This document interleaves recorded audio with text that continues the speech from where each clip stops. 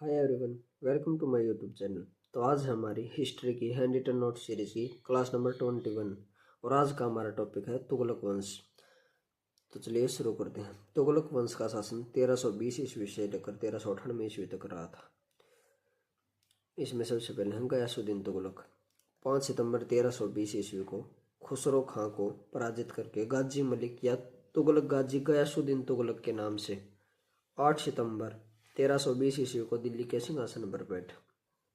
इसने मंगोलों को बार बार पराजित किया, इस कारण यह मलिक उल गाजी के नाम से प्रसिद्ध हुआ।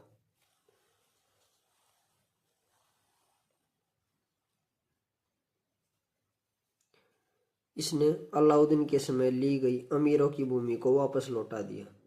उसके बाद है इसने सिंचाई के लिए कुएं और नहरों का निर्माण किया। संभवतः नहरों का निर्माण करने वाला प्रथम शासक यही था, यानी कि गयासुद्दीन तुगलक। इसने दिल्ली के समीप स्थित पहाड़ियों पर तुगलकाबाद नामक एक नया नगर बसाया। उसके बाद है रोमन शैली से निर्मित इस नगर में एक दुर्ग का भी निर्माण हुआ। इस दुर्ग को 56 कोट के नाम से भी जाना जाता है। गयासुद्दीन ने सड़कों की मरम्मत करवाई और पुल के निर्माण करवाए। इसके काल में डाक व्यवस्था श्रेष्ठ थी। अमीर खुसरो के अनुसार सैकड़ों पंडितों की पगड़ी अपने मुकुट के पीछे छुपाए रहता था, अर्थात वह बहुत बुद्धिमान था। उसके बाद है गयासुद्दीन तुगलक का सूफी संत निजामुद्दीन औलिया से मनमुटाव था। जब यह औलिया को दंडित करने के लिए बंगाल से लौट रहा था तो औलिया ने कहा था, हुनोज दिल्ली दुरुस्त, अर्थात दिल्ली अभी दूर है। लौटते वक्त रास्ते में अफगानपुर के निकट जूना खां द्वारा बनाए गए लकड़ी के महल से गिरने से गयासुद्दीन की मृत्यु हो गई। इस लकड़ी के महल का शिल्पकार अयाज का पुत्र अहमद था। उसके बाद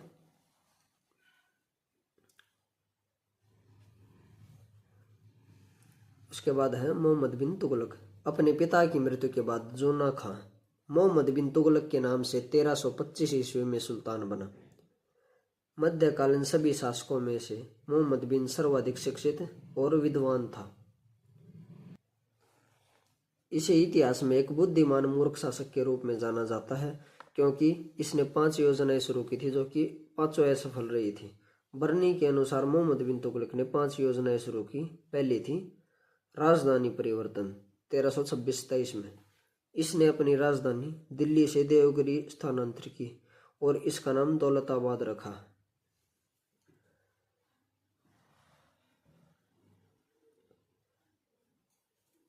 उसके बाद है सांकेतिक मुद्रा का प्रचलन। मोहम्मद बिन तुगलक ने चांदी की कमी के कारण तांबे और कांसे के सिक्के चलाए। इन सिक्कों का मूल्य चांदी के सिक्कों को के बराबर घोषित कर दिया गया।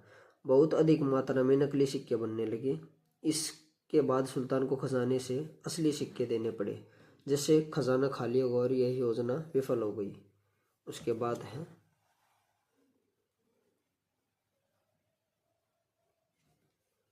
खुरासान अभियान।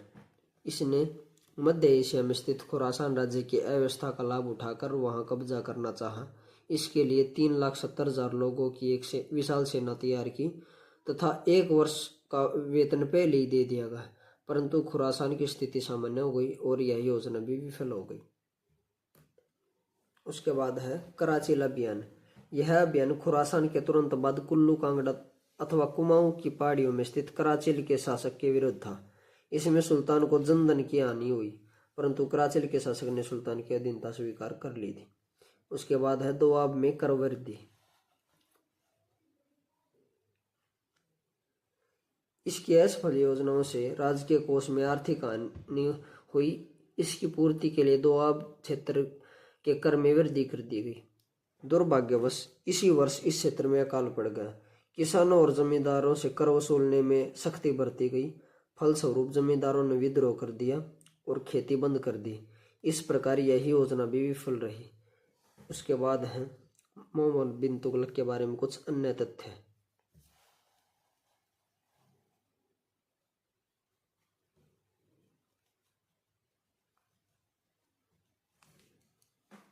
इसी के शासनकाल में अफ्रीकी यात्री इब्न बतूता 1313 ईस्वी में भारत आया। 1333 ईस्वी में सुल्तान ने इसे दिल्ली का काजी नियुक्त किया। उसके बाद 1342 में सुल्तान ने इसे अपने राजदूत के रूप में चीन भेजा। इब्न बतूता की पुस्तक रेहला, जिसे सफरनामा भी कहा जाता है, में मोहम्मद बिन तुगलक के समय की घटनाओं का वर्णन है। उसके बाद अगला पॉइंट है, इसने कृषि के विकास के लिए दीवाने कोई नामक विभाग की स्थापना की। इसका प्रधान अमीर कोई होता था। इसके काल में दिल्ली में प्लेग, जिसे ब्लैक डेथ भी कहा जाता है, नामक महामारी फैल गई। इसी कारण सुल्तान कुछ वर्ष स्वर्गद्वारी जो कि कन्नौज के निकट है, उसमें जाकर रहा। उसके बाद है, मोहम्मद बिन तुगलक पहला शासक था जिसने होली का त्योहार मनाया था। उसके बाद है, इसने जैन साधु जीन प्रभु सूरी को अपने दरबार में बुलाकर सम्मान प्रदान किया था। मोहम्मद बिन तुगलक के समय जिया नकशवी पहला व्यक्ति था जिसने संस्कृत कथाओं की एक श्रृंखला का फारसी में अनुवाद किया और इस पुस्तक का नाम तूतीनामा रखा। उसके बाद है, इसी के समय दक्षिण भारत में हरिहर तथा बुक्का नामक दो भाइयों ने 1336 ईस्वी में स्वतंत्र राज्य विजयनगर की स्थापना की। इसने कृषि भूमि के आकलन के लिए एक रजिस्टर तैयार करवा तथा अकाल पीड़ितों के लिए अकाल संहिता तैयार करवाई। इसके काल में सर्वाधिक विद्रोह हुए। एडवर्ड थॉमस ने मोहम्मद बिन तुगलक को प्रिंस ऑफ मनियस की संज्ञा दी है। इसकी मृत्यु 20 मार्च 1351 में सिंध जाते समय थट्टा के निकट गोडाल में हो गई। उसके बाद है,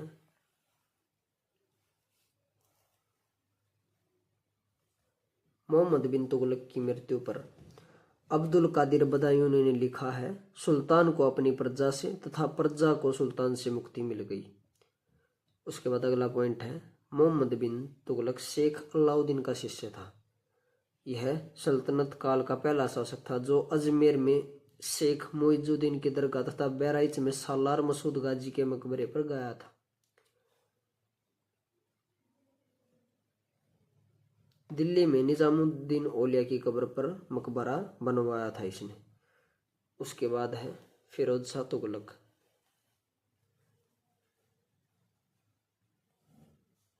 मोहम्मद बिन तुगलक की मृत्यु के बाद इसका चचेरा भाई फिरोज शाह तुगलक सुल्तान बना। इसका राज्याभिषेक थट्टा के नजदीक 20 मार्च 1351 में हुआ। इसका दूसरा पुनः राज्याभिषेक दिल्ली में अगस्त 1351 में हुआ। अगला पॉइंट है, खलीफा ने इसे कासिम अमीर उल मोमिन की उपाधि दी। उसके बाद राजस्व व्यवस्था के अंतर्गत फिरोज ने अपने शासनकाल में 24 कष्टदायक करों को समाप्त कर केवल 4 खराज, खमस, जजिया और जकात को वसूल करने के आदेश दिए। यह ब्राह्मणों पर जजिया कर लगाने वाला पहला शासक था।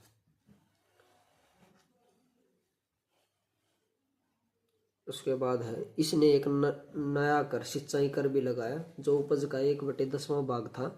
किसानों पर सुरब कर भी लगाया, किसानों पर सुरब। उसके बाद है, इसने 5 बड़ी नहरों का निर्माण करवाया जिनमें उलुग खानी तथा रजवा नहर प्रमुख हैं। इसने 300 नए नगरों की स्थापना करवाई। इनमें हिसार, फिरोजाबाद, फतेहाबाद, जौनपुर और फिरोजपुर प्रमुख हैं। उसके बाद अगला पॉइंट है, इसके शासनकाल में खिजराबाद एवं मेरठ से अशोक के 2 स्तंभों को लाकर दिल्ली में स्थापित किया गया और इसने कुतुब मीनार की 4थी मंजिल की मरम्मत करवाई तथा 5वीं मंजिल का निर्माण करवाया। फिरोज शाह ने अनाथ मुस्लिम महिलाओं, विधवाओं एवं लड़कियों की सहायता के लिए एक नई विभाग दीवान ए खैरात की स्थापना की। उसके बाद है, सबसे अधिक दासों की संख्या करीब 1,80,000 फिरोज के समय ही थी। इसने दासों की देखभाल के लिए एक नई विभाग दीवान ए बंदकान की स्थापना की। उसके बाद है, इसने खैराती अस्पताल दारुल सफा की स्थापना की। इसने मैरिज ब्यूरो, लोक निर्माण विभाग एवं रोजगार कार्यालय की स्थापना की। इसने चांदी तथा तांबे के मिश्रण से निर्मित सिक्के भारी संख्या में जारी किए, जिन्हें अदा जो कि जित्र का आधा तथा बीख जो कि जित्र का 1/4 होता था कहा जाता था। उसके बाद है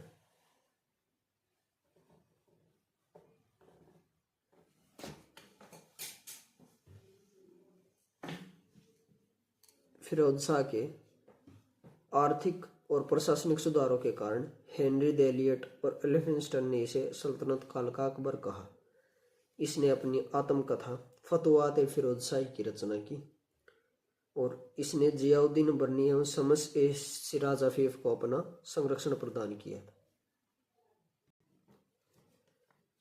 उसके बाद है इसने ज्वालामुखी मंदिर के पुस्तकालय से लूटे गए 1300 ग्रंथों में से कुछ को फारसी में विद्वान उपाउद्दीन द्वारा दलायत फिरोज शाही के नाम से अनुवाद करवाया।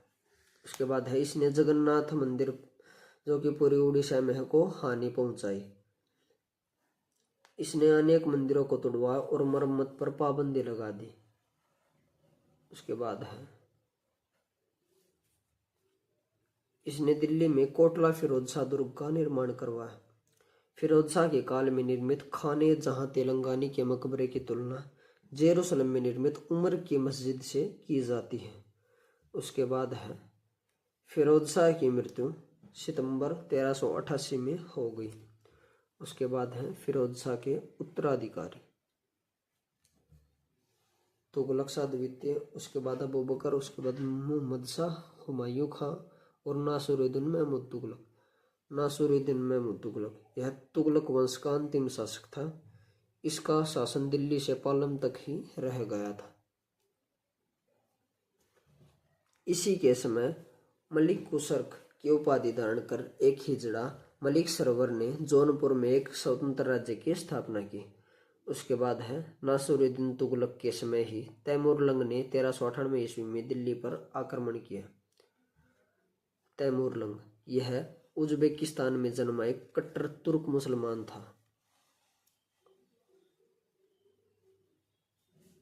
इसने तैमूरी राजवंश की स्थापना की थी। तैमूर ने समरकंद के मंगोल शासक के मरने के बाद उसकी गद्दी पर कब्जा कर लिया। अब तैमूर ने अपना विजय अभियान शुरू किया।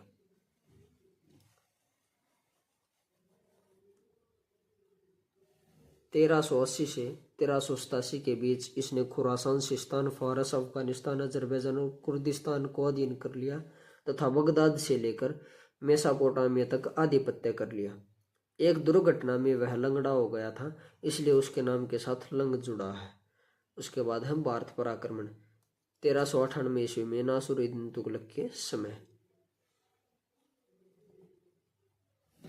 तैमूर के आक्रमण के समय खिज्जर खान ने तैमूर की सहायता की थी। तैमूर उत्तर पश्चिम से होते हुए पंजाब, हरियाणा को लूटता हुआ दिल्ली तक पहुंचा। तैमूर दिल्ली में 15 दिन तक रहा एवं दिल्ली को लूटा तथा स्त्रियों, शिल्पियों को अपने साथ ले गया। उसके बाद अगला पॉइंट है दिल्ली में भयंकर कत्लेआम किया, हजारों लाखों लोगों को काट दिया।